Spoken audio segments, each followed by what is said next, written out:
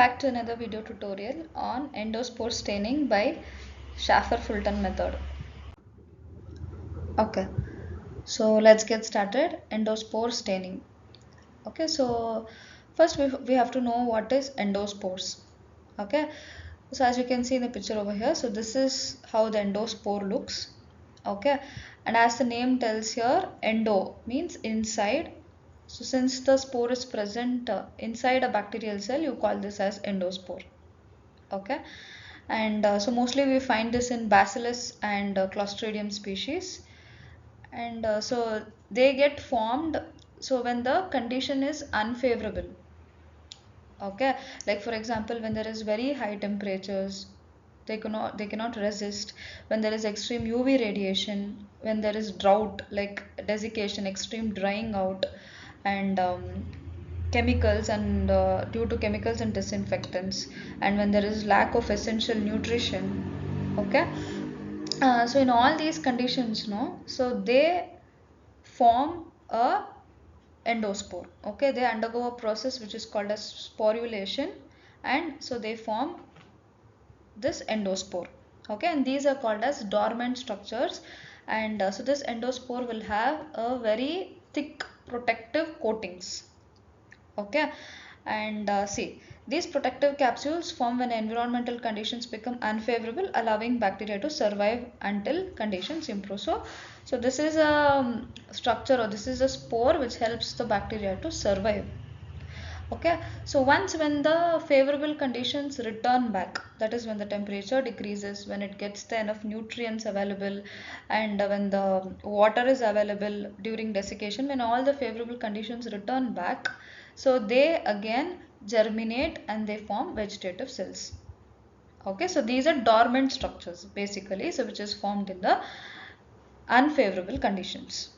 And then okay, so now see, as you can see in the picture over here, these are the shape and positions of the bacterial spores, and it's not always necessary that it has to be completely round in shape and it has to be present in one position of the bacterial cells. It may vary. So as you can see in the picture over here, so this is a bacterial cell in which the endospore is present right in between, and it is spherical in shape. Okay, so hence it is spherical central, and this endospore is oval in shape, hence it is oval central, and this is close to the end, so it is oval subterminal, and as you can see here again this is oval subterminal, and this endospore is completely towards the end, so it is spherical terminal, and so this is oval and terminal. So that is when it's present in the end you call it as terminal, and when it is present in center you call it as center. Like this, the shape as well as the position of the bacterial spores may also vary. Okay, and then so why is this endospore staining done now? So it is mainly used to differentiate endospores from the vegetative cells. You want to know where is the endospores present. Okay, so that's why we do this staining technique in which endospores take up a different stain and the vegetative cells take up the different stain, and you can visualize them easily. So that means here, so the spore will take up a different color after staining procedure, and this is the vegetative cell. The remaining part of the bacterial cell is the vegetative cell, and these take up different color. When you can find two different colors, you can easily differentiate which is a spore, which is a bacterial cell. Okay, so but yes, why do we require a special staining technique for endospores? So it's because they are resistant to conventional staining methods. You cannot do normal staining methods like gram staining and all, because they are highly resistant, and most of all they have a very tough outer covering. Okay, so as I told, so there is core, there is thick keratin coat present inside outside the endospores, which will prevent the dye to pass through them. It's not easy for the dye to pass through such tough coatings. Okay, that's why we need a special staining technique in which we would force the stain to enter inside the spore. Okay, so one such method is this endospore staining by Fulton method. Okay, so wherein so endospores have a thick keratin coat. So outside the endospores there is a very thick keratin coat, and there is also high calcium dipicolinate content, so which makes it highly resistant. Okay, and then okay, see, so here, yes, endospore staining again has many methods. Among them, one of the most commonly used technique and one of the most standard technique is this Schaffer-Fulton method. Okay, so the most commonly used method is this method, which was developed by Alice B. Schaffer and MacDonald Fulton in 1933. Okay, so after so this particular procedure, so this is how the bacterial spores and the vegetative cells look. So as you can see here, so all these red colored rods which you can see here, so this is a vegetative cell, and the green colored things which you can find here in between, no, so these are the endospores. Okay, okay, so now coming to the principle of endospore staining. Here in this method, no, the basic principle is that we use heat to make the stain or the dye penetrate inside the endospores. Okay, so what is the problem here in endospore staining is that endospores have a very tough coat. Because of that tough coat, no, dyes or stain cannot penetrate very easily inside, right? So what we are doing here is we are heating and we are making the dye forcefully penetrate inside the endospores.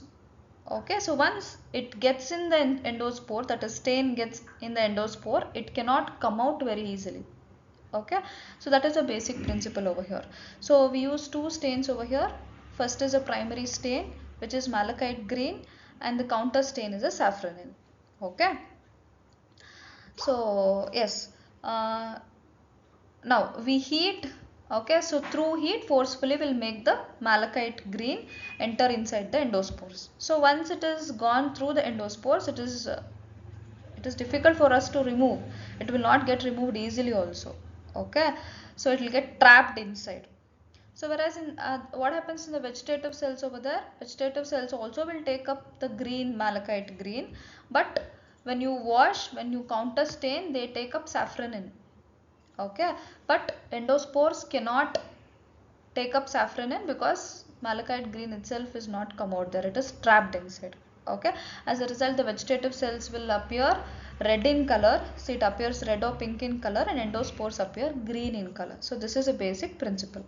Okay, so okay, the materials required is bacterial culture, glass slide, inoculating loop, Bunsen burner or hot plate, malachite green 5%, saffronin 0.5 to 1%, distilled water, and microscope.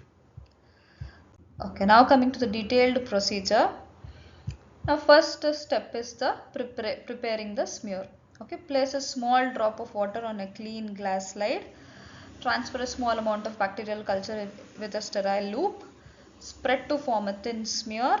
Air dry and heat fix the smear. So this is a basic step in which we prepare a smear. So we'll just take a clean glass slide. We'll just take a small drop of water through a loop. We will place it onto the slide. We'll take the bacterial culture, okay, and we'll form a thin smear. After that you will air dry the smear and you will heat fix the smear. Okay, so and then second step, which is the most important step here. So what we do is we'll take this particular slide and then we'll keep it on the heat source. Most preferably it will be steaming water bath. It will be hot and the steam, the vapors would be coming out. So you will keep the slide onto that and then you will flood it with the malachite green. Okay, and this has to be done continuously for about 5 to 10 minutes. Okay, so it should be completely moist, you shouldn't dry, and you should keep on adding the malachite green. So at this particular step we are steaming and then we are forcefully making the malachite green enter inside the endospores. Okay, so at this particular step what happens, spores are also stained green. Okay, and cells are also stained green. Okay, and then in the next step, cool and rinse. Now what you will do, you will after staining it green, you will allow it to cool and then you will rinse it with a distilled water. When you rinse it with the distilled water, what happens? All the vegetative cells will lose the malachite green. Okay, and only the endospores will remain green in color, and so the vegetative cells will become colorless. And then in the last step, what you will do, you will add or you will flood it with safranin for about 30 to 60 seconds. So at this particular stage, what happens? All the vegetative cells will take up the red color and they appear red color, whereas the endospores will still remain green in color. Okay, so and then finally you will blot dry, and then you will observe under oil immersion, so where you can find the vegetative cells red in color or pink in color, and endospores will always remain green in color. Okay, see, this is the expected results. This is how it looks. So all the red color things which you can see here is the vegetative cells, and the green colored dots are the endospores. This is how it looks.